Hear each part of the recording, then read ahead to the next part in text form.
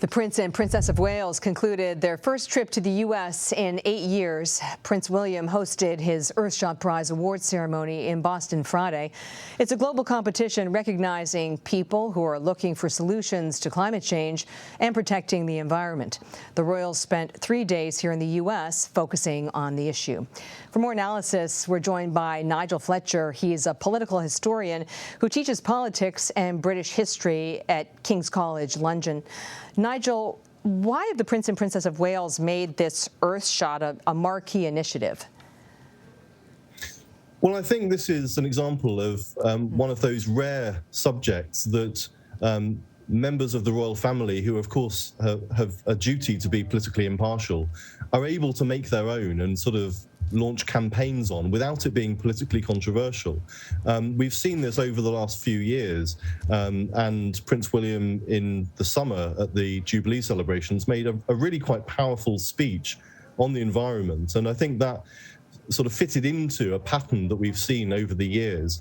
As he said himself when he established this prize, the inspiration for it comes not just from President Kennedy and his moonshot, but also from the activism of the late Duke of Edinburgh, his grandfather, and also the Prince of Wales, now the King Charles, both of whom have been quite outspoken on environmental issues over the course of their lifetime. And what we're seeing now is William, as Prince of Wales, stepping up to take on that mantle as a sort of campaigning royal. But of course, on a subject that is fairly well supported, both in Britain and around the world. Is this an issue that's helping the Prince and Princess of Wales really signal publicly that they are modernizing the monarchy? Yes, I think it's one of those issues which, crucially, and it won't have escaped their notice, has a huge appeal to young people. And it's one of the big challenges that the British monarchy has. This week, we've been... Is how do you remain relevant as a sort of... Correct. Yep. Go ahead. Finish your thought there, Nigel. You know, with a 1,000-year-old institution such as the British monarchy, one of the biggest challenges it has is to remain relevant, and particularly to young people, where it's not always obvious that it can be sort of a relevant institution to them.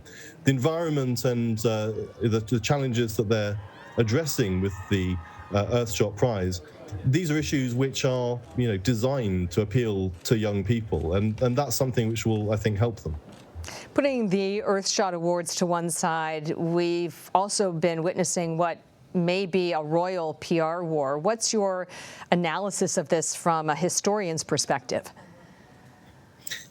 Well, I mean, I think it's certainly not helpful, but we've seen these kind of issues in the past where you have different members of the royal family, and it has to be said in past years, members of the royal family who have stepped back from being leading royals, engaging in a bit of a war of words in the media, and that's something which, unfortunately, I think the current Prince of Wales knows very well has happened in the past. It's very unfortunate. It has distracted from the message they were trying to get across this week.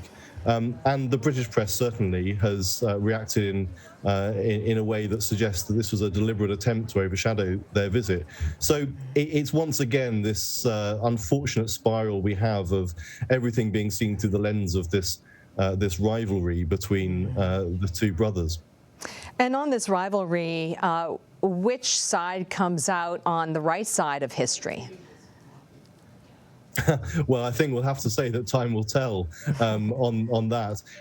But I think what's unhelpful is that by setting them against one another, you have people taking sides. And I think that where you have, you know, if you cast your mind back to 2018, when we saw Meghan and Harry's wedding, it was seen by most commentators as a hugely positive thing that would sort of add great value to the British monarchy and give it an extra appeal. What we're seeing now, unfortunately, is people being tempted to take sides on the debate. And I think that's one of the most damaging things, is that what could have been a huge strength for the monarchy is unfortunately becoming something which is increasingly undermining what they're trying to do.